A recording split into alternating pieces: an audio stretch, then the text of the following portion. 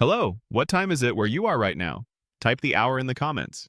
White is for brides, not disappointments, she said, rolling her eyes. And it wasn't even said in private. No, it was loud enough that the women steaming dresses in the back of the bridal boutique heard it. Loud enough that my sister paused her twirl in the mirror and pretended not to hear. That sentence, that one string of words, landed like a slap that day. But it came with the casualness of someone brushing lint off their cashmere. And I just stood there, holding the second best dress like a bridesmaid's ghost, trying to figure out how it had come to this, how a mother could say that to her own daughter, and somehow make everyone else in the room nod along like it was simply a fact, not an insult. That was 4 years ago. I left the next morning without telling anyone where I was going. At the time, I still had law school letters stacked in a shoebox under my bed. Berkeley, Columbia, even Duke. The one she bragged about before she told everyone I'd rejected it because I wasn't ready for the pressure. Truth was, I'd already decided I wasn't going to be a lawyer. I was drowning in expectations and debt, both inherited. That boutique moment was just the final nudge, the slap on the back to shove me off the edge I'd been towing for months. I enlisted the next week. No fanfare, no dramatic announcements, just paperwork and a one-way ticket to basic. Now I was back. Not for reconciliation, not for closure, not even for forgiveness. I came for the wedding, but not in the way they expected. I wasn't invited, technically. Emily's fiancé probably had no idea she even had a sister. And Patricia, well, I imagine she told people I'd taken a gap year that somehow became 5. She probably even started saying I'd gone off to find myself in the arts, as if I'd joined a traveling circus or opened a pottery shop in Asheville. The church was packed when I slipped in through the back, careful not to make eye contact with the usher, who looked young enough to be one of my cadets. The place was exactly how I remembered it. White stone walls, heavy dark wood, flower arrangements that smelled like someone died. And there she was at the front, my little sister, all grown up in a dress that sparkled a little too much for a morning ceremony, standing next to a guy who looked like he did push-ups for sport and had never tasted discount bourbon. The entire front row was filled with matching pastel hats and fake pearls. I stayed near the back, just close enough to hear the vows, just far enough that no one turned to ask why I wasn't crying. I watched Patricia beam at Emily like she was the one getting married. Her hands stayed clasped in a tight triangle, the way she always held them when she wanted people to think she was composed but important. I could practically hear her voice in my head. We raised them well, even if not all of them followed the path. That was always her way, compliments with daggers sewn inside. And as the vows wrapped and the applause started, I quietly slipped back, out the side exit. No one noticed. They wouldn't have, not yet. I stood under a magnolia tree for 10 minutes before pulling the uniform bag out of the car. It had taken me months to earn everything stitched and pinned onto that jacket. Years of sweat, mud, bad coffee, harder mornings, and nights so long I forgot what day it was. Medals I didn't even bother explaining anymore because no one in my family would have understood what they meant. They weren't status symbols, they were proof. Proof that I wasn't some fragile dropout or an aimless drifter. I had direction. I had discipline. I had done more with my life in 5 years than most of those wedding guests had done in 50. And yet I knew what I was walking into. I knew the whispers would start the moment the door creaked open. That's the thing about people like Patricia. They aren't stunned into silence easily. But when they are, it's like watching a power outage hit a country club. I stepped into the reception hall exactly 12 minutes after the family photos wrapped up, according to the posted itinerary on the venue's website. Everything was pink and gold, overdone and delicate, like someone tried to force elegance into a cupcake. I wore my full dress uniform, polished and pressed, with ribbons that caught the light and boots that echoed on the floor louder than anyone's laughter. Heads turned. The band stopped mid-song. A waiter dropped a tray. You could hear the clink of every glass, the hush that spread like smoke through the hall. I wasn't in white. I wasn't in shame. I wasn't even supposed to be there, but I let her have that moment 4 years ago, standing there in that boutique full of judgment and starch. I let her have her comment, her win, her control. Now it was my turn. As I walked through the parted crowd, not a single person stopped me. Not one asked who I was or what I was doing there. Maybe it was the uniform. Maybe it was the look in my eyes. Or maybe, just maybe, they finally realized that sometimes the disappointment isn't the one who walked away, but the one who stayed behind, thinking they'd won. And that was just the beginning. The thing about a Southern wedding is that it's less about love and more about display. Display of status, display of taste, display of tradition that hasn't changed in 100 years and doesn't plan to start anytime soon. And stepping into that reception hall, polished boots on glossy tile, ribbons clinking softly with each movement, it was like walking onto a movie set where the script had never included someone like me. Every eye turned not out of admiration, but out of confusion, perhaps a twinge of guilt, and a thick layer of gossip waiting to erupt like steam beneath a porcelain lid that's rattling under pressure. You could practically feel the tension curl through the air like the scent of the too sweet floral arrangements that lined every damn table. And for a brief moment, I almost laughed, because if Patricia had spent even half the energy on her children that she poured into choosing fabric swatches and coordinating menu options, maybe we wouldn't be strangers who shared blood. The DJ, an old man with a slightly crooked tie and a head full of clearly dyed hair, didn't announce me, didn't need to, and he looked like he was deciding whether to pretend I wasn't there or pray someone would give him permission to resume playing soft jazz over the uncomfortable silence that now hung in the air like stale perfume. A waiter passed by with a tray of shrimp cocktail, eyes flickering between my uniform and the woman in peach chiffon, gasping into her champagne like she just saw a ghost. And that's when I saw Layla, my cousin, the one who never had a filter and always had something to drink, raising her glass in a half salute that somehow felt like both sarcasm and solidarity. The thing about Layla was that she'd always been the black sheep too, just in a different color. She drank too much, said the wrong thing at the wrong time, and once told Patricia during Thanksgiving dinner that gravy can't cover everything, especially not bitterness, which earned her an unspoken ban from Christmas for 3 years. But even she didn't know the whole story.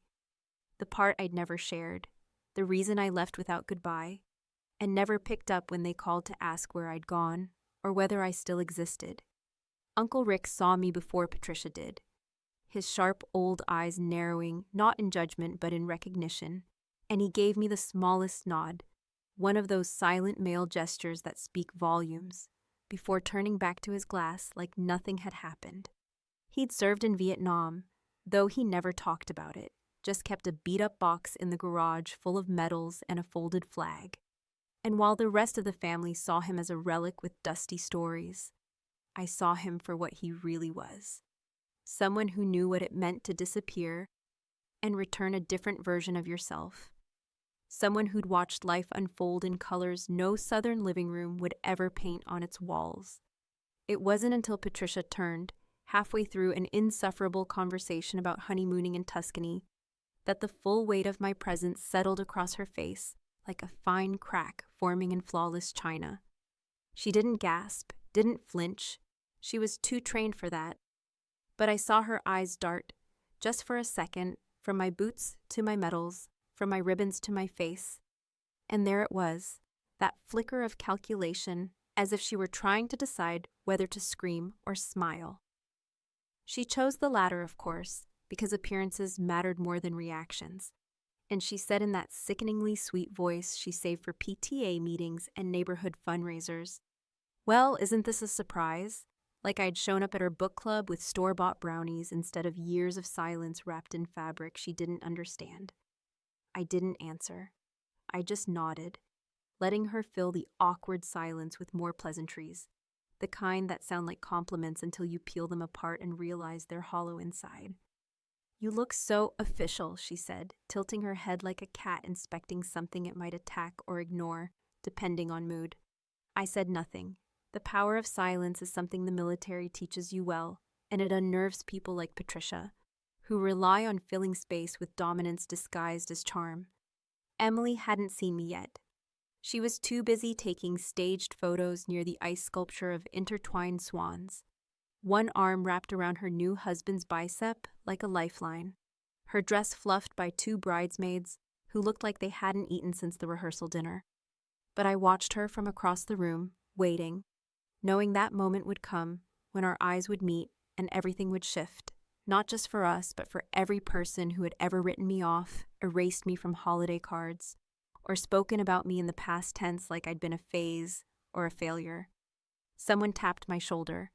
I turned to see a woman I didn't recognize at first. Turned out she was one of Patricia's bridge club friends, the kind who wore hats indoors and thought volunteering at a fundraiser counted as activism. And she said, "So nice of you to stop by, dear. It must be hard for you, missing out on all this." And then added, lowering her voice like she was sharing a secret, "I heard you moved out west for some healing." That's when I realized Patricia had spun a whole narrative in my absence. Something vague and tragic, but softened enough to preserve her image. Something about burnout, therapy, maybe even a retreat in the desert. Uncle Rick stepped up beside me before I could answer, his glass now filled with something darker than wine. And he leaned close enough that I could smell his aftershave, still the same one he wore when I was 12. "Don't speak yet," he muttered, just loud enough for me to hear. "They haven't earned your voice." It was Layla who broke the moment, stumbling toward us with a full glass and an empty filter, slurring just enough to sound dangerous. "Well, look who it is, the prodigal Garrison girl," she said, loud enough for several heads to turn. "Did you come to drop a bomb or steal the bouquet?" I smiled for the first time that night. "No bombs," I said. "Not tonight." But even as I spoke the words, I knew it wasn't true. The real detonation was still tucked away, hidden in my pocket, sealed in a crisp white envelope that would burn hotter than any insult my mother ever whispered across a linen tablecloth. They just didn't know it yet. If I'm being honest, I hadn't planned on stepping back in quite so soon. There was still a part of me, the smaller part I'd worked years to bury under grit and rank and regulation, that hoped I could leave after being seen, after making my presence undeniable, and let the tension hang there like a picture frame with no photo. But that changed the moment I saw Patricia's hand on the cake knife, poised for the ceremonial cut like it was a coronation and not a wedding, her smile frozen in that controlled rictus she always pulled when there was a camera on her and people watching who mattered. There was something about that scene, her pearls glinting in the overhead light, Emily holding her new husband's hand, with a grip that looked more performative than affectionate, guests crowding around with glasses held at the perfect angle for toasts no one meant. That forced me back through the door and into the center of it all, because for the first time in years, I understood exactly what I needed to do. You have to picture the room, not in snapshots, but in slow motion, the way a memory plays when adrenaline pulls time like taffy and everything becomes stretched, exaggerated, unbearable. The chandeliers flickered ever so slightly from the air conditioning kicking on. The flower arrangements had begun to droop from the heat and cheap hydration beads. And the music, some instrumental version of a pop song meant to sound timeless, had faded to an awkward pause, just long enough to create the perfect vacuum for my entrance. I stepped in from the right, near the server's corridor, the only door not guarded by decor or watchful eyes. And the click of my shoes on marble hit like thunder, sharp and deliberate, not rushed, but unignorable. They didn't notice me right away.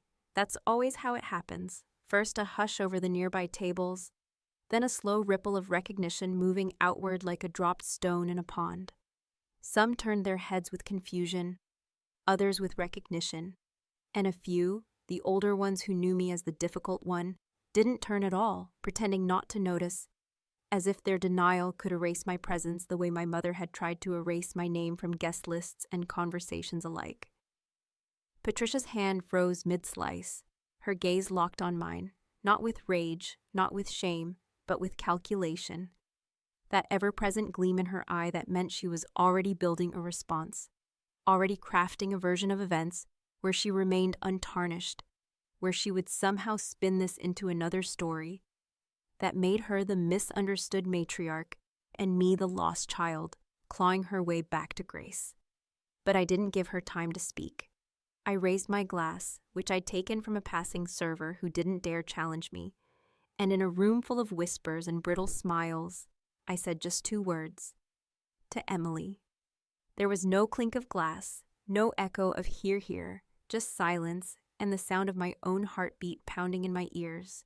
Though I stayed steady, staring directly at my sister, whose face now showed the unmistakable flush of confusion tangled with dread. She looked beautiful, radiant even, in that conventional, well-fed Southern way, her dress tailored to perfection, hair sculpted rather than styled, and eyes that darted from me to our mother, as if unsure which one of us was the greater threat to her fantasy of harmony. I came here, I said slowly, clearly, the kind of clarity they teach you in briefings, where one misstep means chaos, because I believe in honoring the truth, even if it's ugly, even if it makes people uncomfortable, even if it ruins a moment that was only ever built on a foundation of omission. Patricia opened her mouth, of course she did, but before she could spin her web, I stepped closer, just enough that the scent of her expensive perfume hit me like a memory I didn't want, and I continued, voice calm, but undeniably cutting. I let you have your moment once before, back at that boutique, remember? When you called me a disappointment loud enough for strangers to hear? I swallowed that. I took that wound and made something of it, something real, something honorable, even if you never thought so. The guests were no longer pretending to smile. They weren't sipping, weren't laughing, weren't performing. They were listening, and I could see it. The shift, the discomfort, the dawning realization that something was unfolding they couldn't place neatly into the scrapbook beside cake flavors and seating charts. I let the pause linger, holding the silence like a weapon, before I pulled the envelope from my jacket, the one I'd carried like a secret mission for months, waiting for the right time. This, I said, lifting it slightly, is not for you, Patricia. This is for Emily. I walked toward my sister, who stood still as stone, and handed it to her with the gentleness I didn't think I still possessed. When you're ready, I said softly, just for her, read it. It's everything you think you know, but with the lies removed. And then, without waiting for permission, applause, or forgiveness, I turned back to the crowd, raised my glass one final time, and added with a smile that didn't reach my eyes, to all the things they tried to hide behind white lace and Southern charm, may the truth be as loud as the lies were quiet. The silence that followed was not empty. It was loaded, buzzing, electric. The kind that follows lightning, the kind that knows thunder is coming. And as I stepped away from the head table, I caught Uncle Rick's eye again, and this time he saluted, not out of duty, out of pride. There's a moment right after you drop the kind of truth that rearranges the air in a room, where time doesn't just slow, it warps, as if every molecule in the space pauses to recalibrate, unsure whether to combust or retreat. And that was exactly the kind of silence that followed my toast, the kind that stuck to your skin like humidity and made every eye in the room twitch with uncertainty, as though looking directly at me might somehow implicate them in the collapse they sensed was coming. The envelope now in Emily's hands felt, even from across the room, like a live wire, something hot and dangerous that she didn't yet understand but couldn't put down.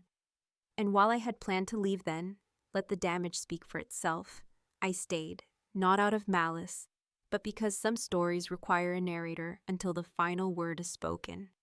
Emily didn't open it right away. She held it like it might disintegrate or explode, her manicured fingers twitching against the smooth paper, and her expression was a mix of dawning comprehension and desperate denial, the kind you see in people who are starting to realize. The version of life they've been sold was assembled with duct tape and denial. Patricia, meanwhile, recovered just quickly enough to summon a smile so brittle I could hear it cracking, her eyes darting around the room like a hostess trying to extinguish a fire before the guests noticed the flames. And she reached out, gently, oh so gently, for the envelope, with a saccharine tone that made my stomach twist. "Sweetheart," she murmured, "this isn't the time. Let's just enjoy the day, okay?" but her voice betrayed her, a sharpness beneath the sugar, the quiet panic of a woman who has always controlled the narrative and now sees it slipping away, thread by thread. Emily didn't move. She stared at the envelope like it might start speaking, and then she looked at me, really looked, and for the first time in years, I saw something behind her eyes that wasn't pity, wasn't scorn, wasn't forced affection. It was curiosity and fear. "I think," Emily said, her voice barely louder than a breath, "I want to hear what she has to say." That was when Patricia's smile faltered entirely. It was like watching glass crack from the center outward, a beautiful thing coming apart beneath pressure. It wasn't built to withstand. She stepped back, eyes narrowed, hands clenched at her sides like fists inside satin gloves, and her lips moved, but no words came out at first. Only a trembling, breathless gasp that might have been rage or disbelief, or both. I stepped forward, not to gloat, not to escalate, but because this wasn't about theater anymore. This was about finishing what I'd started the moment I walked into that hall in full uniform, medals gleaming like truths you can't polish into something more polite. "Do you want to tell them?" I asked, looking directly at my mother. "Or should I?" She blinked, then found her voice, sharp now, unfiltered, no longer sweetened for the benefit of onlookers. "You've made your point, Sarah," she snapped, each syllable like a slap. "You've had your little scene, your dramatic entrance, your self-righteous monologue, and now it's time to leave before you embarrass yourself further." I didn't flinch. "The embarrassment," I said, "is pretending everything's fine while the foundation of your whole life is built on secrets you hope no one would be brave enough to say out loud." People were listening now, really listening, not just with idle curiosity, but with that hushed, anticipatory dread reserved for courtroom confessions and family interventions. The kind of moments where something irreversible is about to happen, and no one can look away. I turned to Emily, who still held the envelope, and gave her the one thing I hadn't given anyone in that room in a long, long time: honesty without bitterness. "Inside that," I said, "you'll find bank records, copies of contracts, communications with federal investigators. The kind of information that makes it very clear who's been keeping secrets in this family, and why." A gasp rose from somewhere near the dessert table. Someone dropped a glass, though no one turned to look. All eyes were on the center now, on us. "You always said I ran away," I continued, turning back to Patricia. "But the truth is, I just stopped lying. I stopped pretending we were the perfect family you wanted everyone to believe we were. I walked away because it was the only honest thing I could do." She tried to laugh then, a short, brittle thing that sounded like it hurt her throat, and waved a hand at the crowd. "She's delusional," she said. "She's always been dramatic, always needed attention. This is just another one of her moments." Uncle Rick stood up. That, more than anything, silenced her. "I saw the paperwork," he said, his voice like gravel in memory. "She's not lying." And just like that, the room shifted again. People backing away not from me, but from her. The crowd subtly retreating from the epicenter of the lie they'd been complicit in, even if only by silence.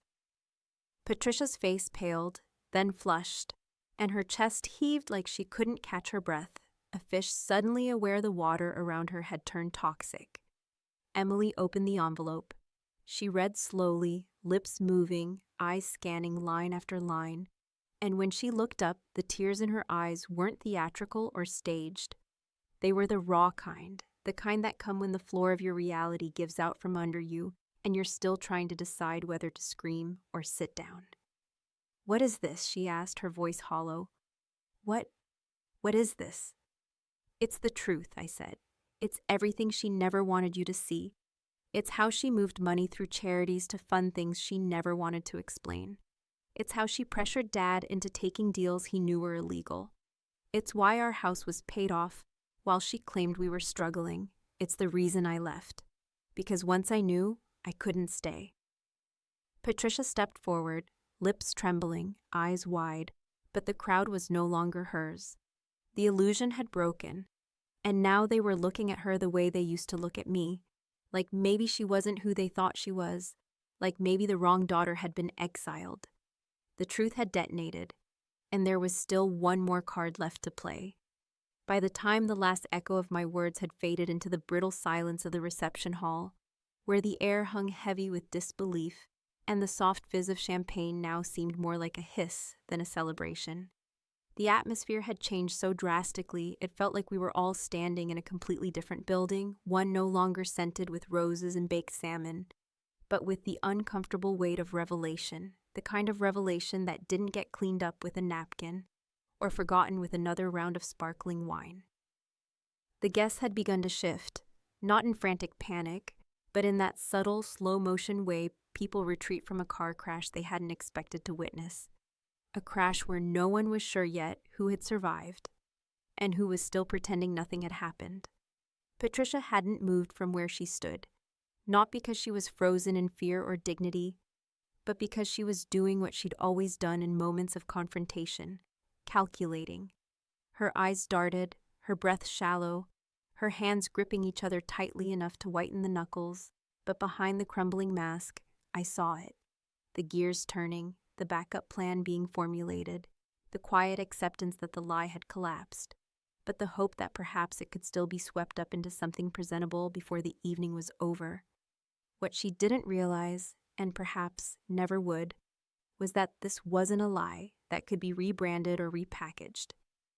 This was the kind of truth that made itself permanent, the kind that grew roots in the minds of every person who heard it and refused to be forgotten, no matter how many polite brunches or garden parties came afterward.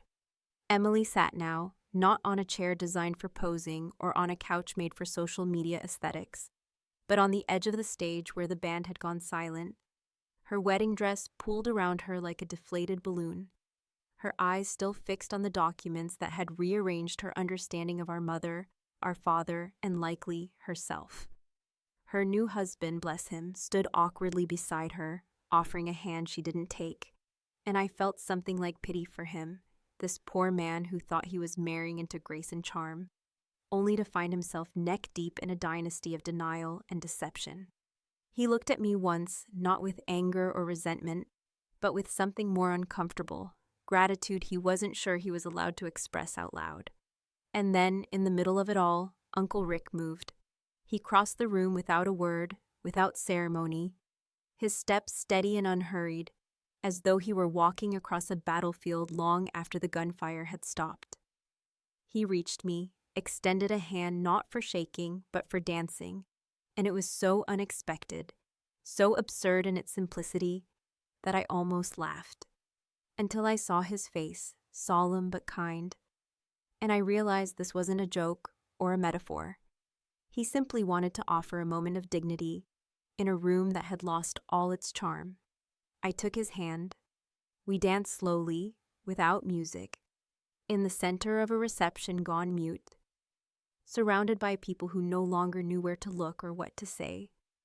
His hand on my back was firm but gentle, and he didn't speak, because he understood something the rest of them never would, that after all the lies and explosions, sometimes the only thing left to do is remind someone that they still exist, still belong, even if the family they came from tried to convince them otherwise.